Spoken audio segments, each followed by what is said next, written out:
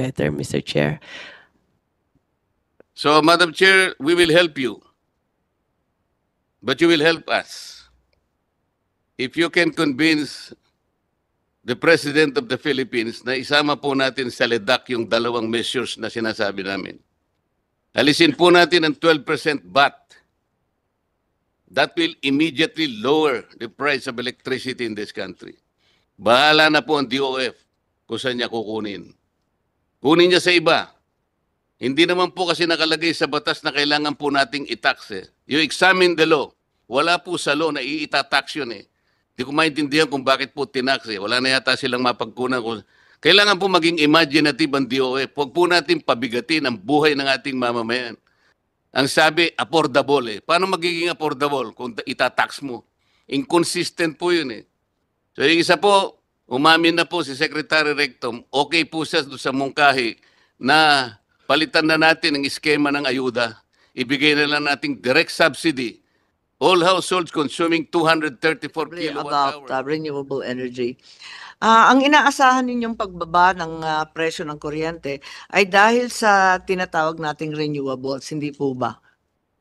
Yes, Mr. Chair. Pero kung tutuusin, ang katotohanan, yung ating mithiin na umabot sa 35% sa taong 2030 ay inabot na natin. Noong 2006, nasa 36.03% na po tayo. Ang katotohanan, paurong po tayo. Imbes na dagdagan, may paurong na nakikita namin kasi noong 36% ng 2006, lumiit nung passage ng Renewable Energy Act noong 2008. Habang yung buong mundo nagdi-decarbonize, dito sa Pilipinas, patayo tayo ng coal plant. Hanggat umabot na nga sa 2024, yung 36% renewable natin, bagsak na ngayon sa 22.21%. Ano ba talaga ang polisiya ng department? Bakit tayo nagpapatayo ng mga coal plant? Sabi, may moratorium hanggang 2020 o 2030. Ano na nga ba yun? Hindi na po kami naniniwala. We have been the proponents and the poster province for renewable energies. We've committed to clean and green. However, the Department of Energy seems to have been operating on the opposite direction despite claims to the contrary. Where are we headed, actually? Mr. Chair, thank you for the question. The shift of the renewables, kasi marami naman talaga before. But then, just before the moratorium, if you already have a committed project, then it's not covered at that moratorium at that time. It's not covered by the moratorium. So yung iba was only implemented post the issuance of the moratorium. So na-distort yung... Kung ganon, parake pa yung moratorium, hindi naman pala papansinin. Tuloy-tuloy pa rin yung mga coal plant. Yes, Mr. Chair, tuloy-tuloy pa rin yung mga coal plants because... So, ganun din. So, maasahan natin na tuloy-tuloy pa rin ang coal plant. At pababa ng pababa yung renewables despite the promise that we will only have clean and green energy. Is that correct? Mr. Chair, the only coal plants that are allowed are the ones that were given already their service contracts before the moratorium. So that's yun, para alam na natin ang masamang balita. Kasi lahat kami umaasa sa moratorium. Yung moratorium ang talagang in-advertise. Yung pala, patayo pa rin ang patayo ng coal plant.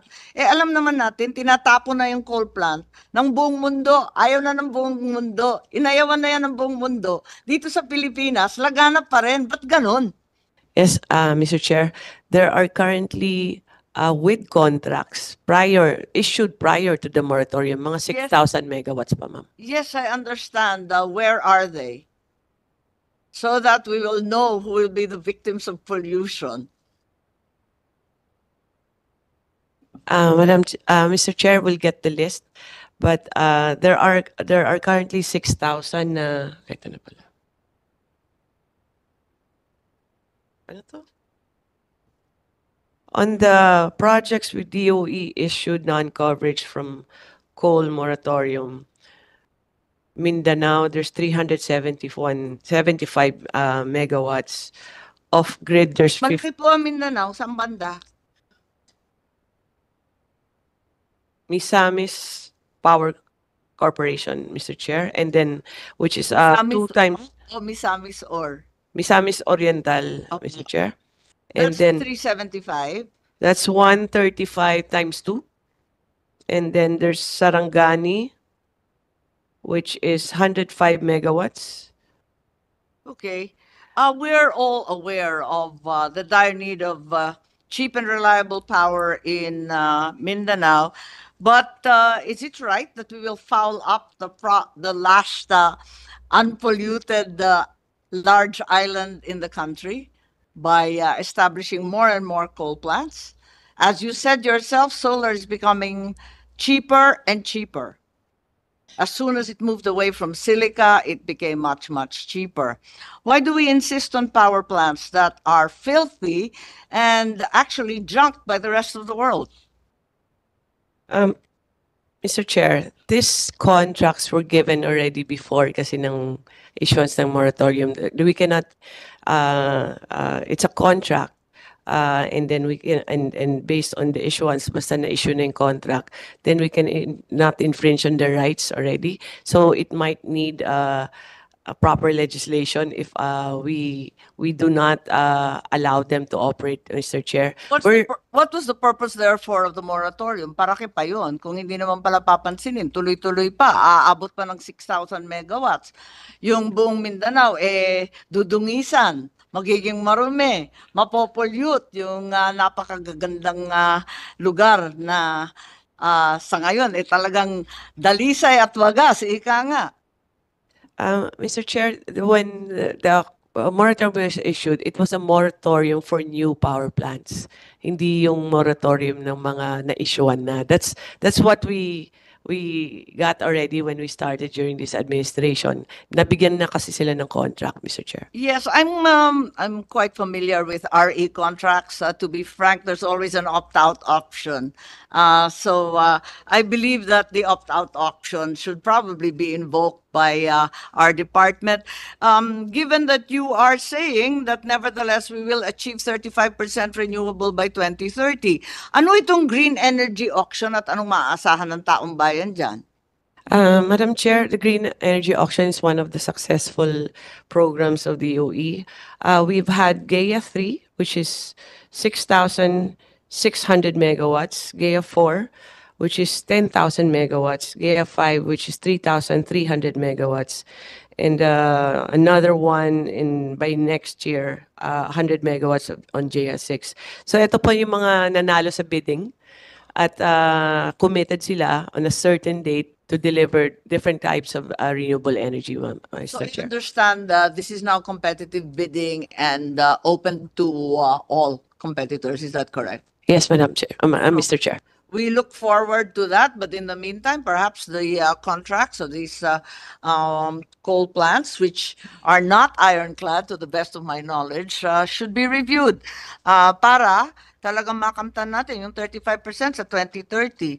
At isa pa, siguro, tatanungin ko na lang sa department, marami sa ating LGU ayaw na sa renewable. Kasi yung koleksyon ng real property taxes, hirap na hirap sila kahit nagsabi na yung Court of Tax Appeals that the computation for their tax at 1.5% of the net book value is to be upheld. Pero yung mga developer, hindi nagbabayad. Alam naman po natin yon. Lugin-lugi yung LGU kung saan nandun yung mga renewable. Lugi po kami sa Ilocos Norte, pinaglalaban namin yon dahil alam naman natin na yung hanap buhay ng ating mangingisda na mahirap na ay talagang tatamaan. Pati yung mga nakatira doon, may vibration po, nawawala yung mga isda, nawawala pati yung mga ibon. Paano ba matutulungan ng DOE ang mga host LGU sa pagkolekta ng RPT sa developer? Kayo ang may kontrata at may kasunduan sa mga developer. Tulungan naman ninyo yung mga LGU. Mr. Chair, incidentally, we went to your province to have an audience with the governor, vice governor, and the board, and also the stakeholders. Hindi pa rin nakakakolek eh. Mula pa nung panahon ko eh. Now, because of that feedback that we have heard from your province and the other provinces that we visited, we are reviewing the 1-94 that is under which is the share of the local government unit on the per kilowatt production of the plant. So we're reviewing that so that they can have more. Basically, mas marami at madali makuha yung benefits under 1-94. And then second is we are also we have done already a public consultation for an issuance that we are issuing this month na kailangan may right of first refusal ang mga co-op around para mauna sila sa pagkuha ng power from the host on the power plants that they are hosting. And then ang third, ma'am, we will review the RPT compliance, and we will inform our bureau and also ERC kung merong mga airing na mga power plants. This is the most recent for me kasi Mr. Chair. Di, matagal na po yan. Mahigit ng 15 taon yan na hindi nagbabayad ng RPT at ang ating DOE, deadma lang eh. Hindi talaga ina-actionan eh. Samantalang kayo naman ang may kontrata dito sa mga developers. Sana talaga naman i-implement at i-sanction sa ilalim ng inyong mga kapangyarihan sa RA 9513. Marami naman kayong powers dyan. Pwede naman suspendihin, pwede naman na patawan ng parusa ang iba't ibang developer. Ba't hinahayaan? Imbes na ganahan yung mga LGU na magkaroon ng mga renewable, maraming LGU umaayaw na at nalulugi. Yes, ma'am. Thank you, Mr. Chair, for the advice, and we'll pursue that issue, Mr. Chair.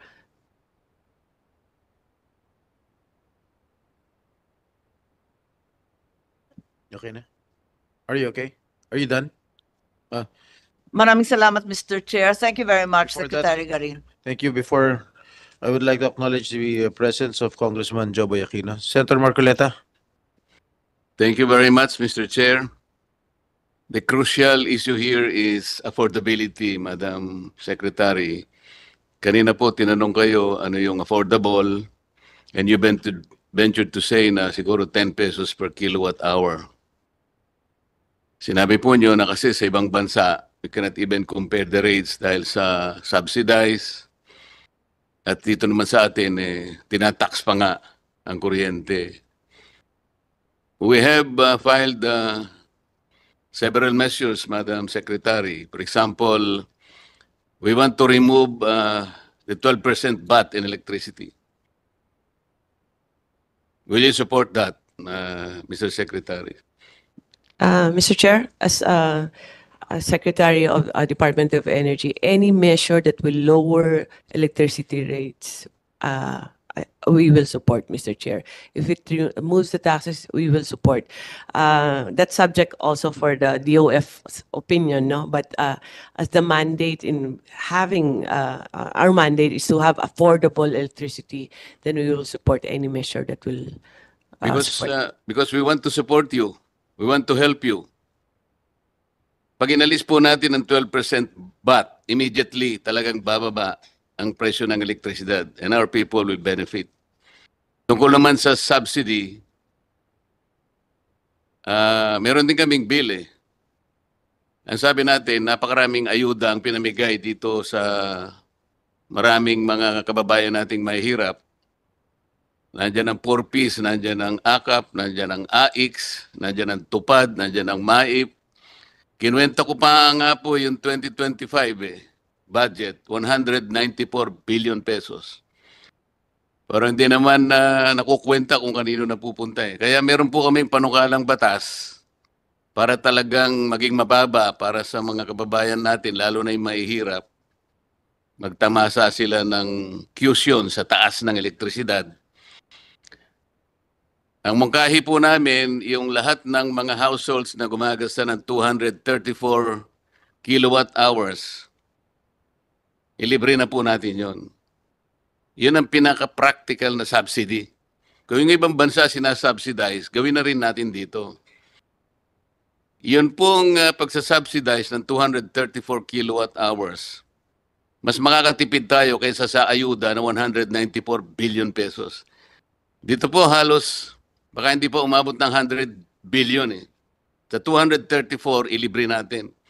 Yung lifeline rate kasi, Madam Secretary, alam naman po ninyo, yung 100% na nalilibre, yun lang gumagamit ng 20 kilowatts. Eh de parang pinagsindi mo lang ng ilaw sa isang araw. Yun lang ang libre. Wala na.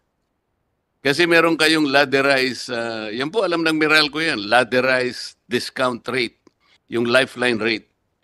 20 kilowatt hours, yun lang ang 100% na libre. Gawin po nating 234, kinuwenta po namin. Wala pa pong 100 billion yan. Alisin na po natin lahat yung mga ayuda na hindi naman talaga napupunta sa mga dapat kapuntahan.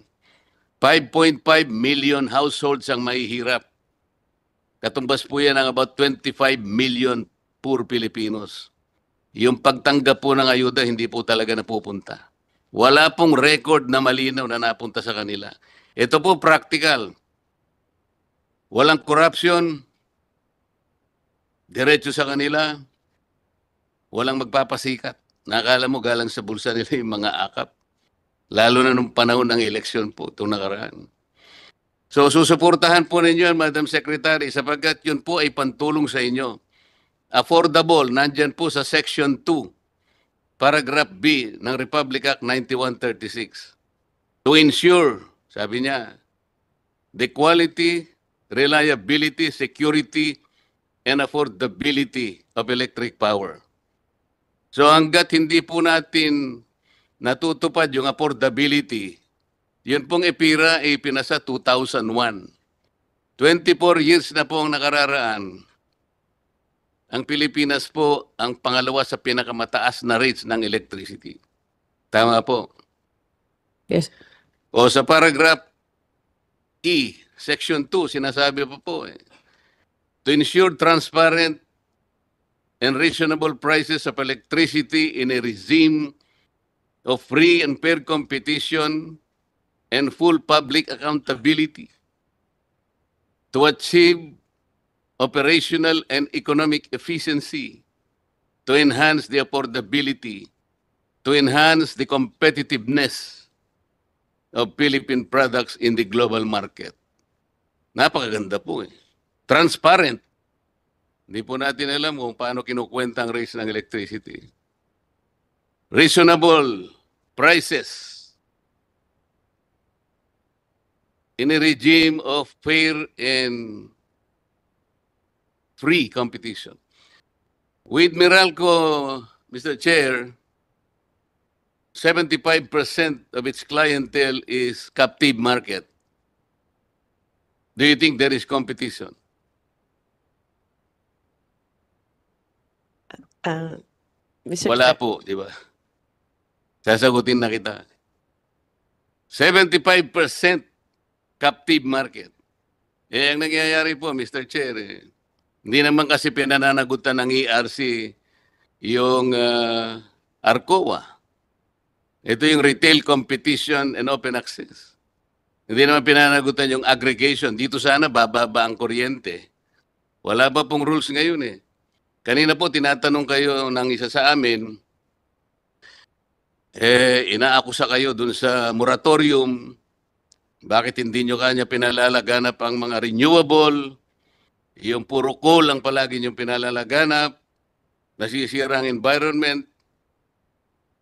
Kasi po, sa ayaw natin at sa gusto, Mr. Chair, kaya po coal ang ginagamit natin ngayon, tsaka diesel, kahit na mahal at tsaka marumi, ito lamang magsusustain ng ating base load. Tama po? yes, Mr. Chair. Kahit na napakaganda po ng ating layunin sa renewable energy cannot sustain the base load in this country. Tama po? Yes, Mr. Chair. O yan nga po eh. Bakit po kasi meron tayong Semirara? Meron tayong coal sa Semirara. Bakit po in-export natin yun? Ba't hindi po yun ang ginagamit natin, Mr. Chair? Mr. Chair, the report that we get from the power plants is their technology is not fit for the quality of Semirara coal, Mr. Chair. Hindi po. Na-export po eh. Yung tanong ko eh. Binebenta po natin, samantalang pwede nating gamitin dito para makatipid tayo. Yung tinatanong po natin, anong klaseng policy? Nakaka-produce tayo ng coal, imbes na gamitin natin, binebenta natin. Tayo ngayon na nag-i-import. Di ba baligtad po yun?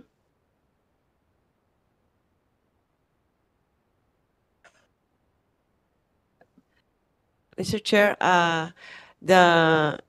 they say that ang quality daw ng coal ng Semirara hindi po pwedeng gamitin sa mga planta na existing natin. Most of them, Mr. Chair. Sino po nagsabi, Mr. Chair? Sino po nagsabi? Ang export pala natin, Mr. Chair, is 50% of the Semirara and 50% is local use. Kung sino nagsabi, those are the findings of DOE as well as based on the reports of the generation companies. Also. Mali po kasi, Mr. Chair, yung findings ninyo eh. Kasi po merong kumpanya rito na gumagawa ng kuryente.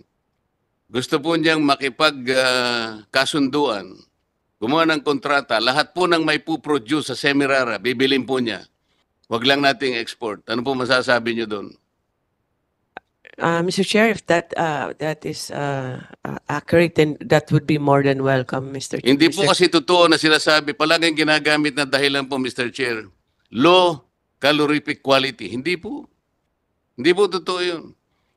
Kung low ang quality po ng mga calorie po ng ating napoproduce na coal, hindi po bibili niyan sa ibang bansa. Mr. Chair, if the coal power plants do buy from Semirara or any local domestic production we have, then we will have energy security and we will support any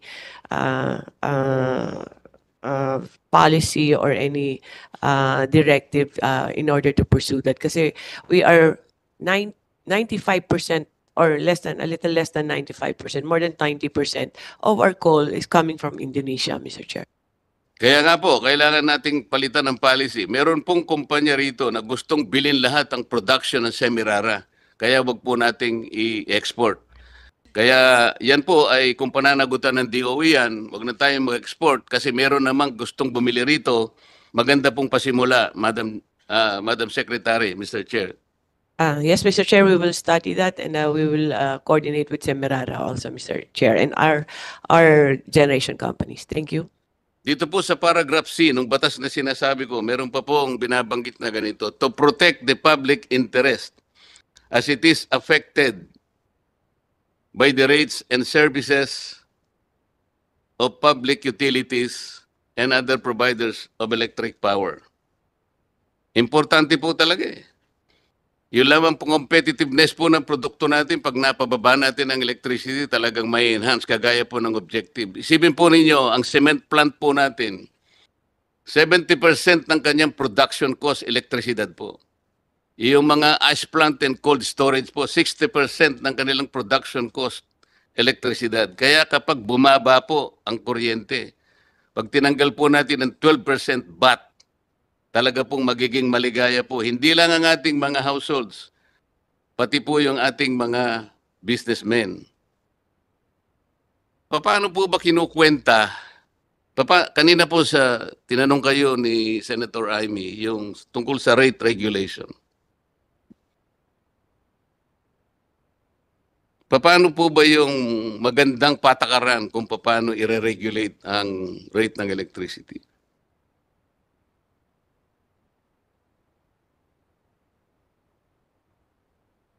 Mr. Chair, rate regulation is currently with the ERC, which is under the Office of the President. So we try to be separate and independent from each other, Mr. Chair. Kasi po, ang ERC po, maski siya, hindi niya sinusunod yung charter niya. Sinasabi kasi ron, di ba, yung least cost manner ang sinasabi niya. To produce electricity in the least cost manner. Pero hindi yun ang Hindi yun ang hinahanap niya eh. Ako nga po sa isang consultation, nag-appear po ako para makatulong eh. Kasi po yung ARPs nila, yung asset-based, doon po nakasalalay talaga eh. Kailangan kwentahing mabuti ano ba ang ginagamit ng mga producers ng electricity na siya ang dapat na maging basehan para kwentahing mabuti. Sinasabi po kasi ng Korte Suprema, Mr. Chair, Madam Secretary, ito po landmark case ito eh. November 15, 2002. Nagawa po ang batas, EPIRA, 2001. After 1 year, meron pong desisyon ng Korte Suprema. Ang sabi po niya, kung pinag-uusapan rate regulation is an art reaching a result that is good to a public utility but is best to the public. So nakita niyo po, it's an art to reach a result that is good to a public utility but it should be best to the public. You can see the balancing act, Madam Secretary. At saka kailangan po natin kwentahin sapagkat ang dami pong expenses ng mga utilities na charge po sa mga households. Katulad po ng system loss. Ano po ba sinasabi ng desisyon na yun ng Korte Suprema, Mr. Chair? To charge consumers for expenses of a public utility which do not relate to the benefit and service to the consumers derived from this public utility is unjustified and inequitable. Maliwanag po yun eh. Madam Chair, sinabi pa po ron, the requirement of reasonableness. Kasi sabi rito eh, reasonable rates of electricity. The requirement of reasonableness comprehends such rates which must not be too low to be oppressive or too high. Not be too low to be confiscatory, but not too high to be oppressive. How do you balance that, Madam Secretary? Mr. Chair, I think the balance is as explained by a good senator, but it is indeed difficult art that they are trying to achieve. But with the new chair of ERC, recently appointed, maybe the balancing will be faster and better, Mr. Chair. So, Madam Chair, we will help you. But you will help us. If you can convince the President of the Philippines na isama po natin sa LEDAC yung dalawang measures na sinasabi namin. Alisin po natin ang 12% VAT. That will immediately lower the price of electricity in this country. Bahala na po ang DOF kung saan niya kukunin. Kunin niya sa iba. Hindi naman po kasi nakalagay sa batas na kailangan po nating i-tax eh. You examine the law. Wala po sa law na i-tax yun eh. Hindi ko maintindihan kung bakit po tinax eh. Wala na yata silang mapagkunan.